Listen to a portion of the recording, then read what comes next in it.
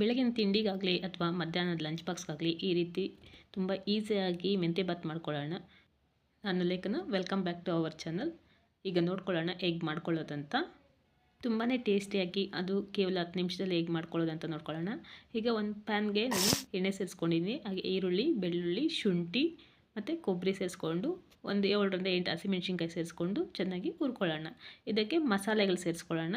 ಚಕ್ಕೆ, ಲವಂಗ, ಸ್ಟಾರು, ಸೋಂಪು ಕಾಳು ಸೇರಿಸ್ಕೊಂಡು ನೀಟಾಗಿ 1-2 ನಿಮಿಷ ಫ್ರೈ ಮಾಡ್ಕೊತಾ ಇದ್ದೀನಿ.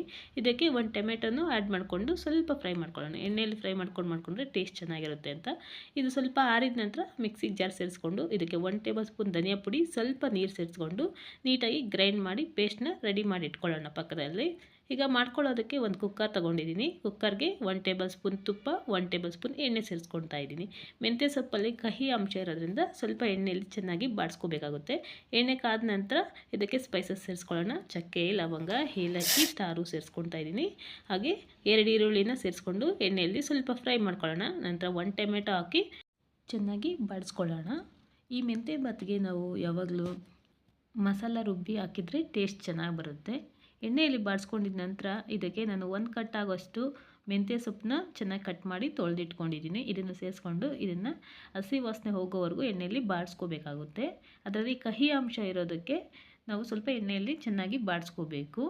ಆಗ ಮಕ್ಕಳು ತಿಂದರೂ ಅದು ಕಹಿ ಅಂತ ಅನಿಸಲ್ಲ ಎಣ್ಣೆಯಲ್ಲಿ ಬಾಡಿಸ್ಕೊಂಡ್ರೆ. ಈ ರೀತಿ ಅದು ನಾವು 1 ಕಟ್ ಹಾಕಿದ್ರೂ 1 ಇಡೀ ಅಷ್ಟಾಗಿರುತ್ತೆ. ಎಣ್ಣೆಯಲ್ಲಿ ಬಾಡಿಸ್ಕೊಂಡಿದ ನಂತರ ಇದಕ್ಕೆ 1 ಕಪ್ ಆಗೋಷ್ಟು ಹಸಿ ಬಟಾಣಿನ ಸೇರಿಸ್ಕೊಳ್ತಾ ಇದ್ದೀನಿ.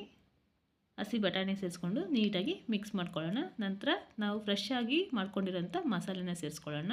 ಇದು ಸ್ವಲ್ಪ ಎಣ್ಣೆಯಲ್ಲಿ ಚೆನ್ನಾಗಿ ಬಾಡಿಸ್ಕೋಬೇಕು. ಈ ರೀತಿ ಕೈ ಬಿಡದೆ ಬಾಡಿಸ್ಕೊಳ್ತಾ ಇರೋಣ. ಈಗ ಇದಕ್ಕೆ ನಾನು ಒಂದು 2 ಕಪ್ ಆಗುವಷ್ಟು ಅಕ್ಕಿನ ತೊಳೆದು ಇಟ್ಕೊಂಡಿದ್ದೀನಿ. ಇದನ್ನು ಸೇರಿಸ್ಕೊಳ್ತಾ ಇದ್ದೀನಿ. ನಾವು ಪ್ರಮಾಣ 2 ಕಪ್ ಅಕ್ಕಿ ತೊಗೊಂಡಿರೋದ್ರಿಂದ 4 ಕಪ್ ಆಗೋಷ್ಟು ನೀರು ಸೇರಿಸ್ಕೋಬೇಕಾಗುತ್ತೆ. ರುಚಿಗೆ ಎಷ್ಟು ಬೇಕೋ ಅಷ್ಟು ಉಪ್ಪನ್ನ ಸೇರಿಸ್ಕೊಂಡು ಸ್ವಲ್ಪ ಮಿಕ್ಸ್ ಮಾಡ್ಕೊಳ್ಳೋಣ. ಬ್ರೇಕ್ಫಾಸ್ಟ್ಗೆ ಈಸಿಯಾಗಿ ಮಸಾಲೆ ರುಬ್ಕೊಂಡ್ರೆ ಸಾಕು, ಬೇಗನೆ ಮಾಡ್ಕೋಬಹುದು ಈ ರೆಸಿಪಿ. ನೀಟಾಗಿ ಮಿಕ್ಸ್ ಮಾಡ್ಕೊಂಡಿದ್ದ ನಂತರ ನಾನಿಲ್ಲಿ ಮಿಕ್ಸಿ ಜಾರ್ಗೆ ನೀರು ಸೇರಿಸ್ಕೊಳ್ತಾ ಇದ್ದೀನಿ.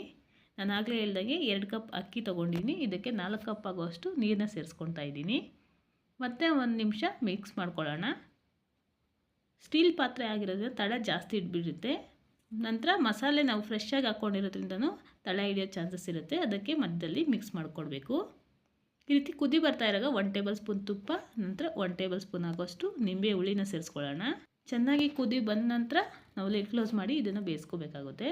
ಒಂದು ವೇಳೆ ಪಾತ್ರೆಯಲ್ಲಿ ಮಾಡ್ಕೊಳ್ತೀನಿ ಅಂದರೆ ಪಾತ್ರೆಯಲ್ಲೂ ಇದೇ ರೀತಿ ಪ್ರೊಸೀಜರಲ್ಲೇ ಮಾಡ್ಕೋಬಹುದು.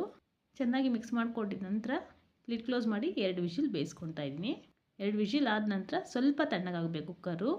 ತಣ್ಣಗಾದ ನಂತರ ಓಪನ್ ಮಾಡಿದರೆ ಈ ರೀತಿ ರೆಡಿಯಾಗಿರುತ್ತೆ. ಒಂದು ಸಲ ನೀಟಾಗಿ ಮಿಕ್ಸ್ ಮಾಡ್ಕೊಳ್ಳೋಣ.